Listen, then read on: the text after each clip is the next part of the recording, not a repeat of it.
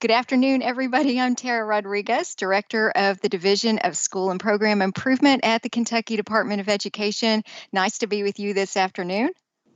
I am David Melanti, the Assistant Director in the Division of School and Program Improvement. Hey, it's Brenda Considine, and I'm the Title I Branch Manager. It's good to see everybody. Yeah, thanks everybody for joining. I just wanted to explain why we had to change our meeting time. We had a special board meeting this morning, and it was at the same time as our webinar, so we had to be flexible, and I hope this new time was acceptable to everybody. Let me go ahead and share my slides with you. Remember that if somebody was not able to attend the live webinar for whatever reason, they are recorded and will be posted on our Title I documents and resources webpage. It usually takes a day or two, depending on how many other things we've got to do. So if you have a question during the webinar, please send those to me in an email, and we'll make every attempt to answer those during the call if we can. If we can't, we will make sure to follow up with you afterwards. And as I said, the webinar will be recorded and posted. So just to recap a little bit from our May webinar, we discussed during that webinar the Title I application in GMAP, questions from the April webinar, which people had sent in during the call. And then we also talked about some upcoming training and technical assistance opportunities.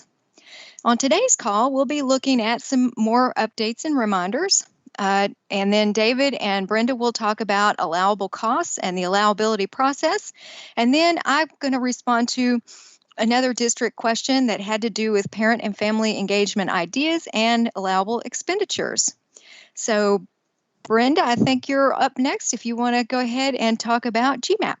Absolutely, Tara, thanks. I know that you are working on your Title I Part A application in the consolidated application.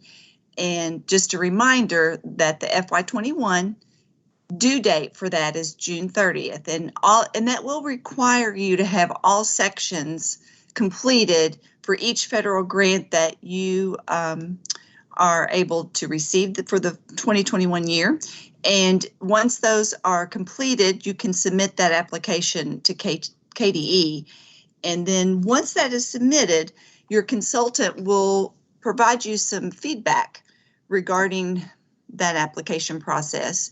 And once that feedback is submitted, you may have to do some additional work at the district level in order to get approval. And just remember that funding's not going to be released to the district until every section of that federal grant receives an okay. Also, I wanted to make sure you know that if you have any program-related questions with GMAP, you can, and you're struggling resolving it, if you will check on the help link, help for the current page, sometimes that's very helpful. If you're unable to resolve it that way, you might want to click on the KDE resources link that is over in the navigation window in GMAP. And if you're still having trouble at that point, click on Contact KDE, and there's a feedback form that you can submit to get some GMAP help. And also, we have realized that if you are having some issues, some technical issues utilizing GMAP, if you are working in Internet Explorer, it is not always as compatible as your browser. So if you would possibly use Microsoft Edge or Firefox, Safari, or Chrome, those would be actually more accessible, and you would find it to be more compatible with GMAP. That's about all I have for GMAP updates and due dates. And Brenda, when you're talking Yes. about the browser, I remember that a district had sent us a question about what we've said in the past about how you can have two different browsers open. You can have your checklist open on one and the application open on the other. So you can look at the application and at the checklist and work on the application. And a district had said they weren't able to save. So we did reach out, David reached out to the vendor, and they confirmed that yes, that should should work. I wonder if the district might try not using Explorer as one of those two browsers, if perhaps that would help. But if not, to try. Yeah, Definitely. and if not, we can continue to look into that. Yes, so make sure if you are going to use the double monitors, I would make sure that I was in a browser that's compatible with GMAP, and those were Edge, Firefox, Safari, and Chrome. So we're going to talk a little bit about allowable costs, and as you may know, Title I and other federal programs operate under a couple different sets of statutes and regulations. You have your programmatic statute and regulations, which lays out your requirements for each program, but you also have operational regulations that direct how you have to operate under federal programs. So I just want to kind of let you know that what I present here applies also to other federal programs, but we're going to kind of frame it in Title I terms here today. So under Title I, as you know, costs have to be deemed allowable under the Title I program, and that means that costs must benefit eligible students. That kind of differs from school-wide to targeted assistance, where in a school-wide, for example, all students can benefit from services, and targeted assistance, you have identified students that have to be provided services. In targeted assistance, those identified students are your lowest achieving students. Costs have to be permissible under the Title I program. For example, a school operating a target or a school-wide program should be able to demonstrate that Title I expenditures are consistent with the school's needs assessment. In addition, costs must be deemed necessary and reasonable. Let's go to the next slide, Tara. So for federal programs, including Title I and other programs, required written procedures have to be developed at both the state level and at the district level for how you are going to evaluate expenditures to ensure that they meet programmatic requirements and standards. That principle is outlined in Uniform Grant Guidance, which this is a live link that will take you to the guidance. Again, the Uniform Grant Guidance is the operational side of federal programs. It tells you how you have to operate and additional things that you have to have in place, such as time and effort, record keeping, and so on. So each district should have on file written allowability procedures, again, required under the Code of Federal Regulations, which is the Uniform Grant Guidance. There are several things that your allowability procedures should address. Number one, it has to address whether expenditures are necessary, reasonable, and allocable. We'll talk about definitions for those in just a minute. There has to be adequate documentation for expenditures. Those expenditures have to conform with federal law and grant terms, must be consistent with state and local policies as well. And they have to be consistently treated. So you see there, a cost may not be assigned to a federal award as a direct cost if any other cost incurred for the same purpose in like circumstances has been allocated as an indirect cost. So you can charge indirect cost and direct cost at the same time. However, you cannot double charge for costs is what that means. So they either have to be categorized as direct cost or indirect cost. And an indirect cost would be something that is really difficult to track back to a single program area. That may be, you may share, for example, utilities costs with programs, and that could be charged indirectly because it is really difficult to charge how much or what proportion of those utilities go back to the operation of a federal program individually. You have to use generally accepted accounting principles, and you have to ensure that costs are shared proportionately across programs, and if matching is used, it has to be specifically allowable within programmatic statute regulation or guidance that USED has provided in the past.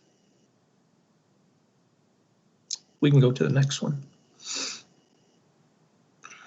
So what does reasonable mean? It means not excessive in cost and based on prudent and sound purchasing practices. So a couple guiding questions for you. Number one, does the cost seem reasonable in comparison to other examples I've encountered? And what examples can I provide to an auditor to document the cost was reasonable? So, you know, if you are using purchasing state purchasing requirements and you are getting bids on items, or you are shopping around to make sure that you get the best bang for your buck, and that does not necessarily mean you're always going to purchase the lowest priced item. You are purchasing an item that best meets your needs and is reasonable in cost. If you're using measures like that to ensure you're getting the best bang for your buck, you are meeting this component. To give you an example of this, a couple of years ago, I had a district call me and wanted to spend about $10,000 on a notebook cart. And the first thing I did was I went to Google and just searched prices for notebook carts and found that carts could be purchased for considerably less than what they wanted to purchase one for. So we, you know, many times when our consultants are evaluating costs within your applications, they are going to do some of the same things. They're going to do a little bit of research to figure out whether or not this cost is actually a reasonable cost. So that's reasonable. Let's go to the next slide.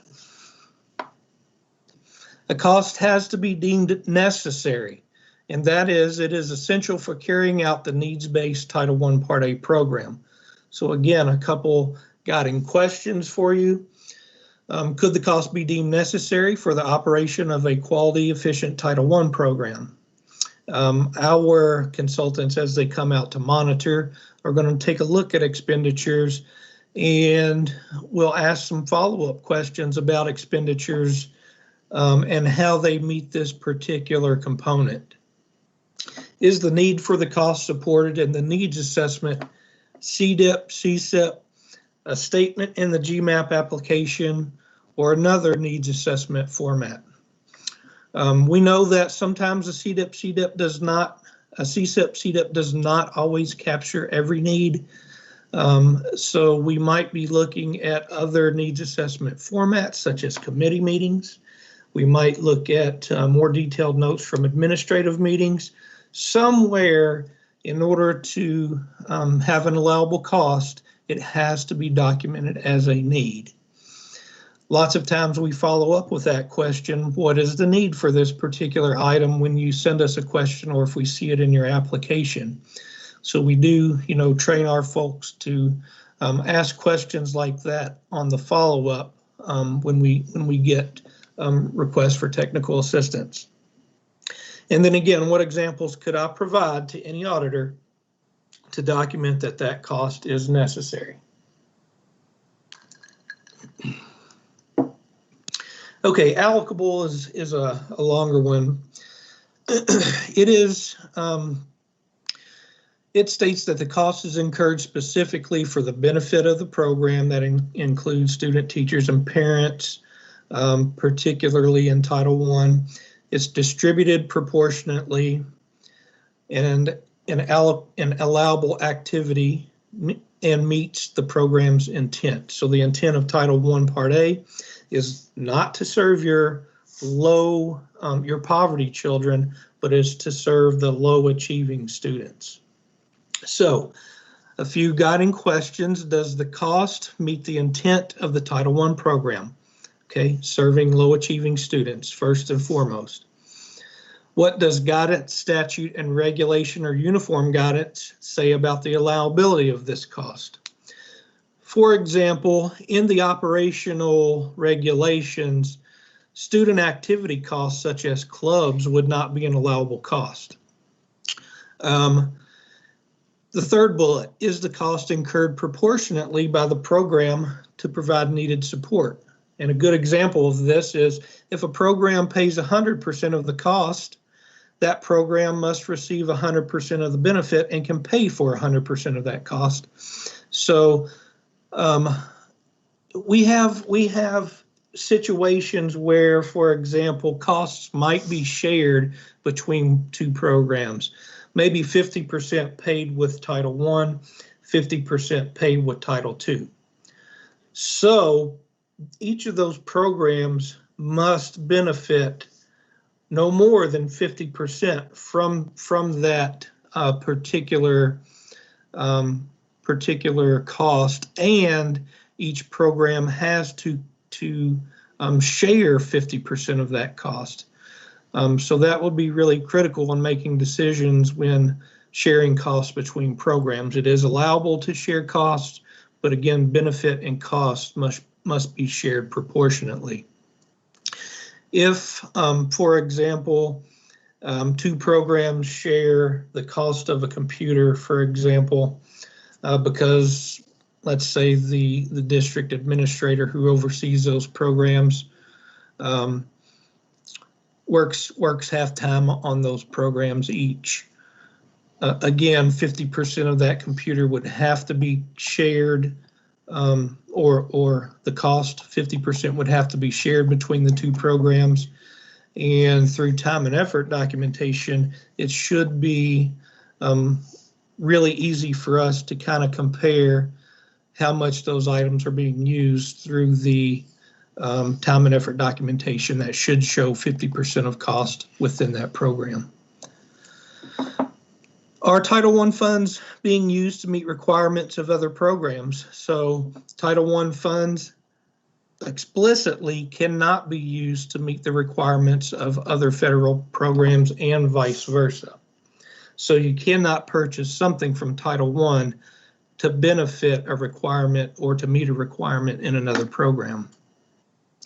Is the category for this purchase listed in the 2021 KDE funding matrix chart and allowable munis codes in GMAP? So we're going to look for expenditures, particularly when monitoring. We're going to compare expenditures to the budget to see if, number one, they're in allowable munis codes, and number two, that they are outlined in both GMAP and munis.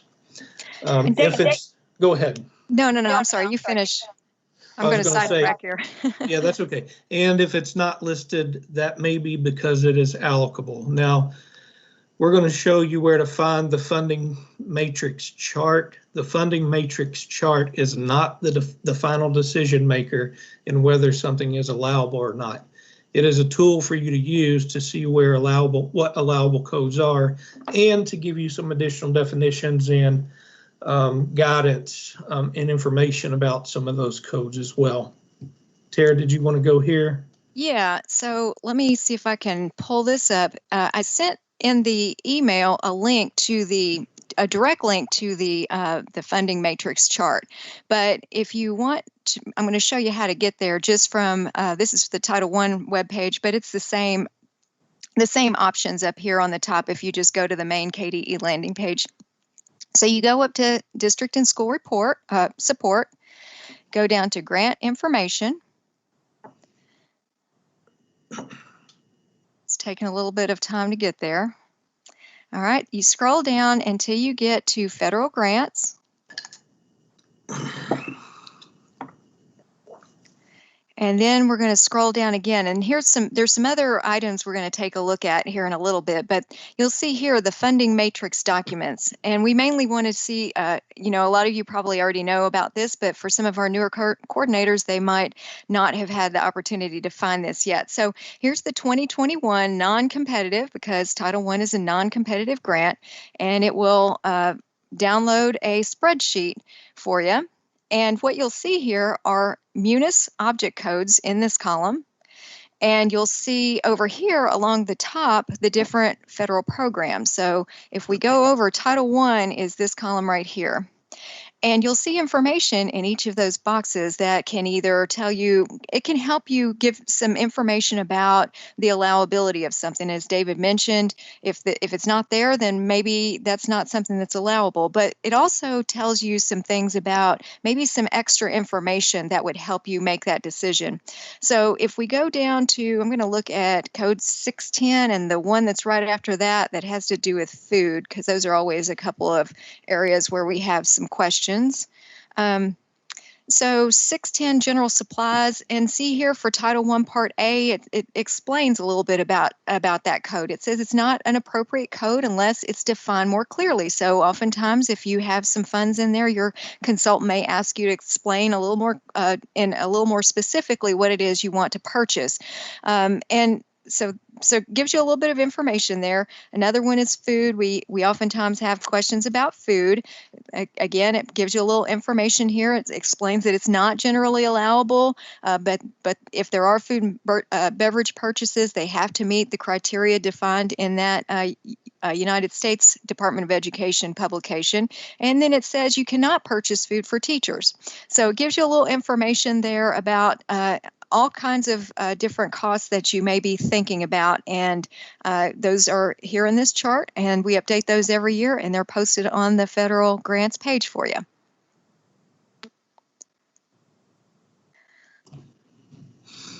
I think, Tara, it's important to note also that those charts do sometimes change year to year, so object codes are sometimes added to those or taken out of those. So it's a good thing to familiarize yourself with, but it, again, is not the final decision-making tool in whether something is allowable. You know, you have these other criteria which you have to really evaluate in order to be sure something is allowable. We can go to the next slide. So documented is the last component you kind of have to evaluate. Could you document that something is reasonable, necessary, and allocable through your allowability procedures? And how are you going to document what documentation you might maintain as part of that? You should be thinking about that as well.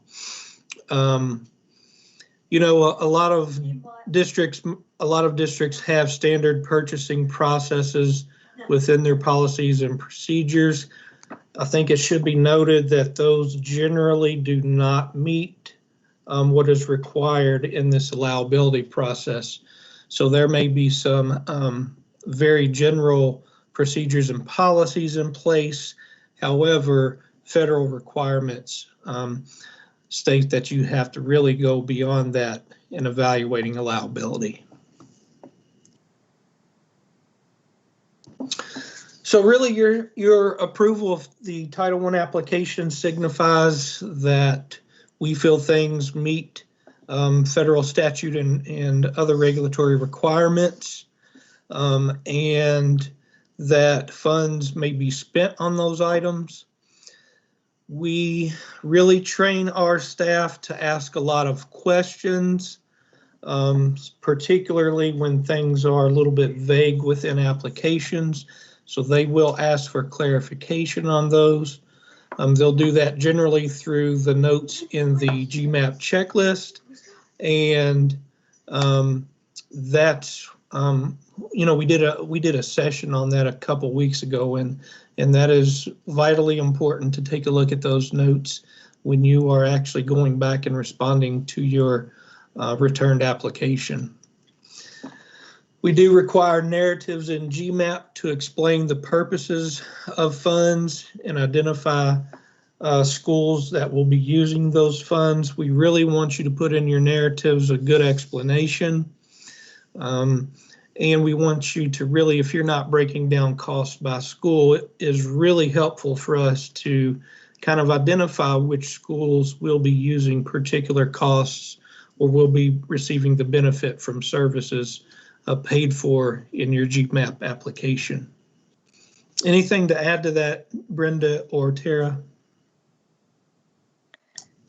No, I don't have anything.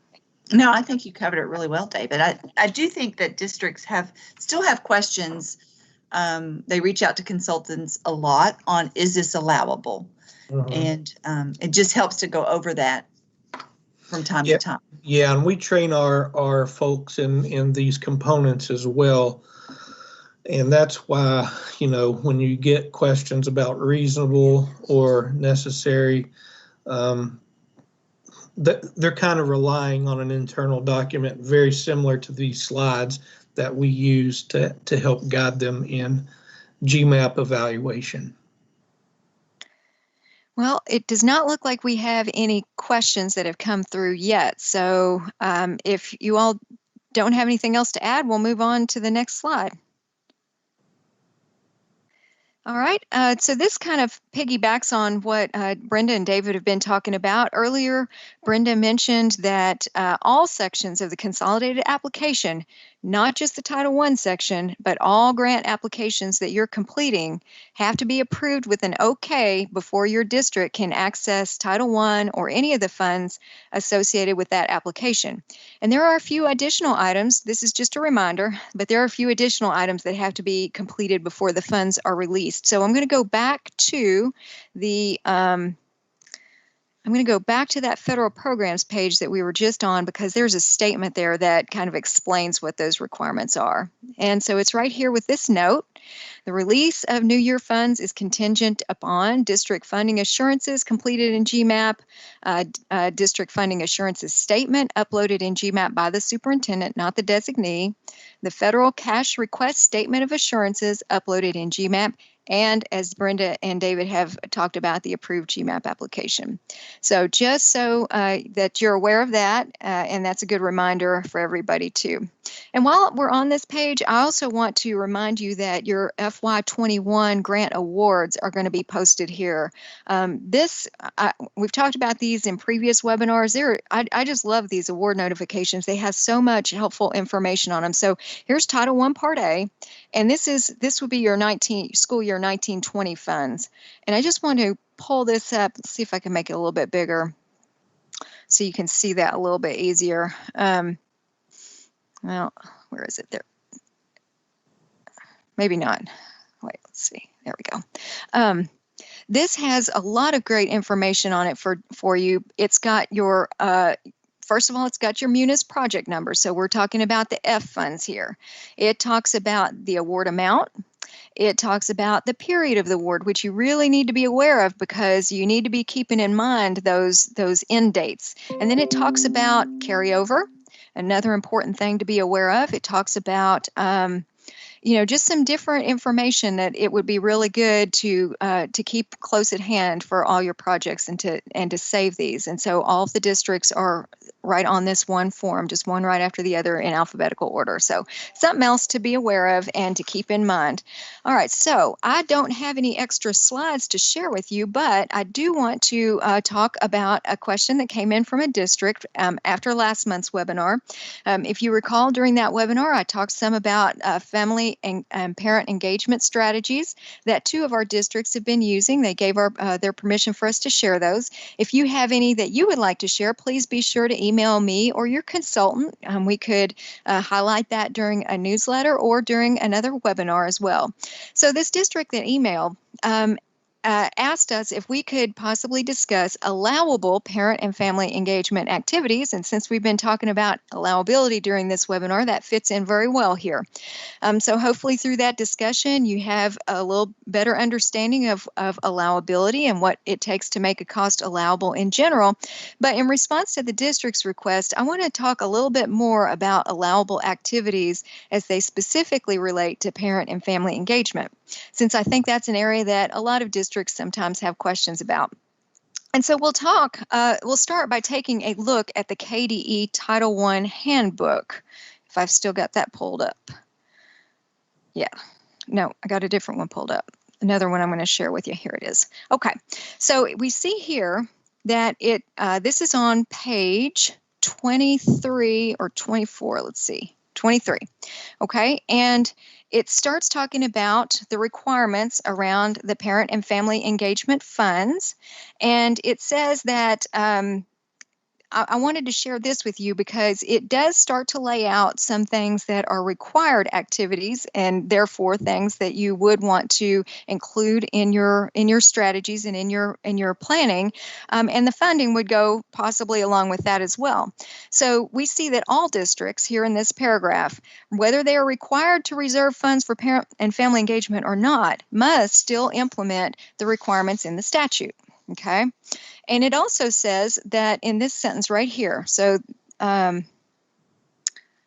parents must be involved in the decisions as to how the parent and family engagement funds are allocated. And that is something that we monitor for. So make sure that we want to include parents and families in that decision-making process of how those funds would be spent. And so, of course, it doesn't mean that the parents are going to make the decision. You may have to work with them to make sure that what they want to do is allowable. For example, a few years ago, I was working with a district that had put a sizable amount of funding in the awards category.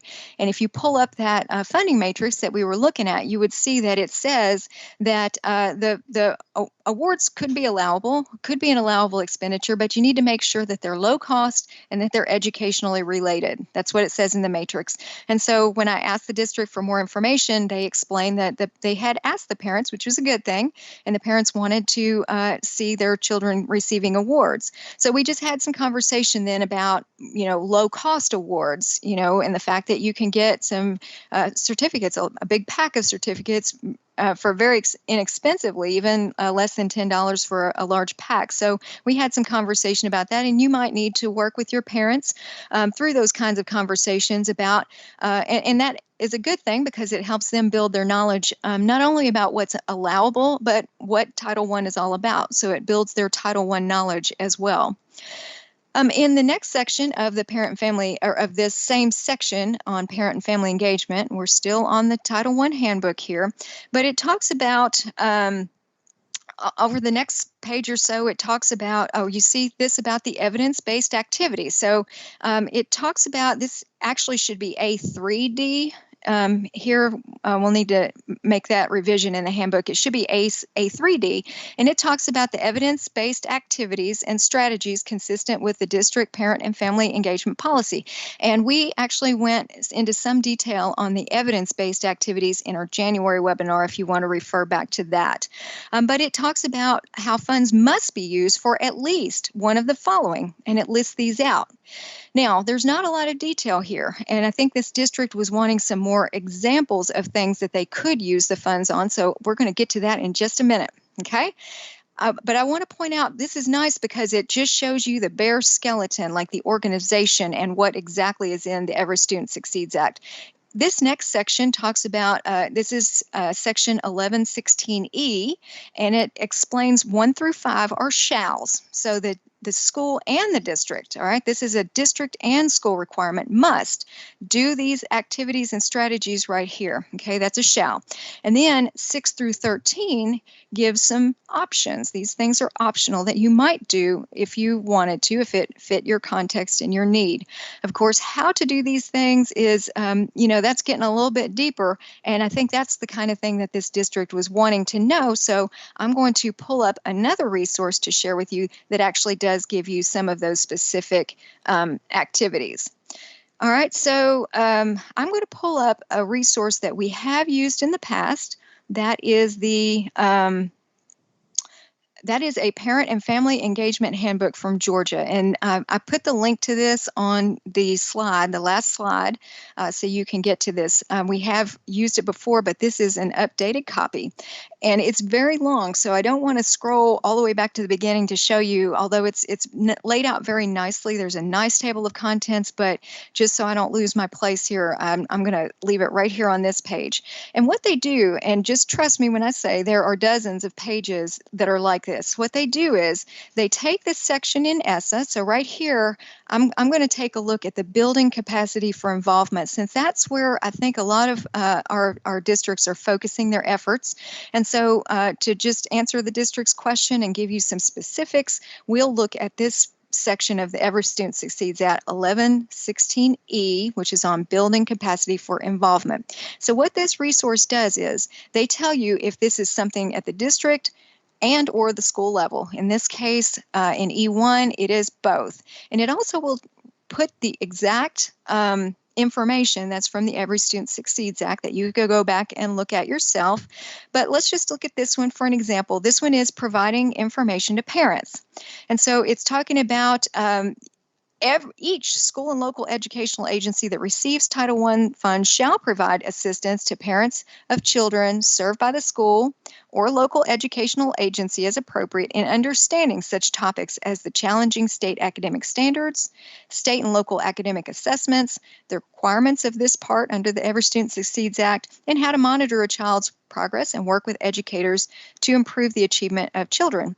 And so I'm going to scroll down in each of these sections. So there are pages that are just like this, and they take each section and they take each requirement, and then they give you some suggested documentation that you could keep. And notice there's a checkbox there. If you wanted to print it out, you could do that. And then what I really like is this is the part where it gets real specific. And they give you some ideas of ways that you could meet, of activities that you could actually do to meet compliance. And so here we see things just to meet compliance. You would need to put in your school parent and district parent and family engagement policies describing how parents will receive assistance in understanding the standards and so on. Provide parents with information about the standards. Offer opportunities for them to learn about state and local assessments, and educate parents about how to monitor their child's progress and how to work with educators. And then there's some innovative ideas, some things that maybe ramp it up just a little bit. So engaging parents in the development of educational classes for each grade level designed to help parents understand the corresponding subjects and assessments. Gathering feedback to understand parents to determine parents' understanding of the standards and school curriculum so that the school can provide necessary resources and materials. And then over here in the exceptional column, you see somebody who's really taken off with it and done something exceptional. And of course, there are all different levels of implementation. So hopefully if they do one of these, it will be exceptional. And so, I mean, to develop and encourage parent leaders who have received the training to teach the classes to other parents to learn more about the required academic topics. These are some things that just ideas, just possibilities, certainly nothing that you have to do, but something that you might be interested in doing if you're looking for some other ways beyond what you've already done. Now, there's another one I want to show you, and it was the very next one. I think I might have lost my place here. We were on E1. Well, I have lost my place. We were on E1, I think. There we go. Okay, so I wanted to show you the next one. And like I said, there are lots of pages of this. We won't be going all the way through it, but you will have the link so you can go back and look at as much as you want. And so to E2, this one is building capacity for involvement again, but a lot of districts, I think, do a lot of providing materials and training for parents. So I wanted to show you this one in case you're looking for some other ideas. Again, district and school level. And it says shall provide materials and training to help parents to work with their children to improve their children's achievement, such as literacy training and using technology. I think we have a lot of districts doing these kinds of things. Of course, using technology becoming even more important now during the school closures and so on. And this, I just want to make an aside here. I was on a webinar yesterday, the U.S. Department of Education's Office of English Language Acquisition. They did a great webinar on English learners during distance learning, and they were talking about how, and I'd heard this before, that some parents aren't sure how to use the technology or how to access the resources. So some districts on that call had talked about how they had made videos, training videos for parents in different languages on how to start from turning on the computer all the way up to how to access the learning materials and so on, and how to submit homework and so on. And then they posted those videos on their website. So there's lots of ideas out there. Again, so this explains the requirement. Then it gives you some ideas on what you would do, or some possible ways to meet the compliance, and what could be some ideas for an innovative implementation, and then what would really ramp it up to exceptional. So I hope that has helped to answer the district question. I've been hearing lots of things coming through on my phone. I'm not sure if these are I think some of them are questions about the webinar. Let me see if we can answer some of these. This one says, David, this one might be a question for you, and it might be one we need to follow up with as well. It says we have funding assurances are not due with application deadline. Correct. I think that's correct. Is it not? David, do you know? I do not know, but it should be posted on the homepage of GMAP. Okay. When the funding assurances are due? Yeah, when they are due, yes. Okay, on the homepage of GMAP. Okay, that's good to know. Mm-hmm. Okay, I think that might be the only question we've got, but we will follow up for sure with that question as well, in case you do, because in case any of you do have new superintendents and or maybe in the process of that. So that's a very good question, and we can follow up on that one.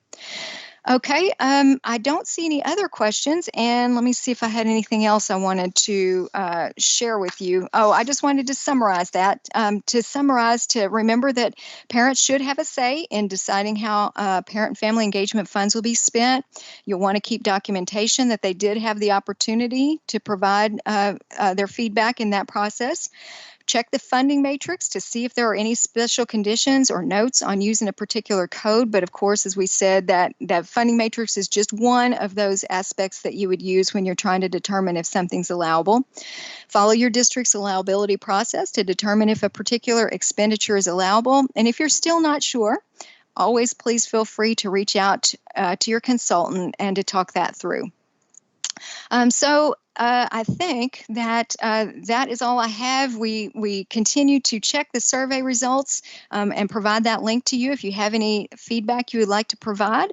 And if you have any questions, be sure to let us know. And David, Jennifer, David and Brenda, do you have anything else to add? I checked the GMAP homepage. It doesn't look like those notices are posted there, so we'll probably have to follow up with Thelma or somebody else on that. We'll follow up. Thank you, David. Thanks for checking, and we will definitely follow up with that. That was a good question. All right. If there's nothing else, then we will call it a day and hopefully see you on next month's webinar. Thank you.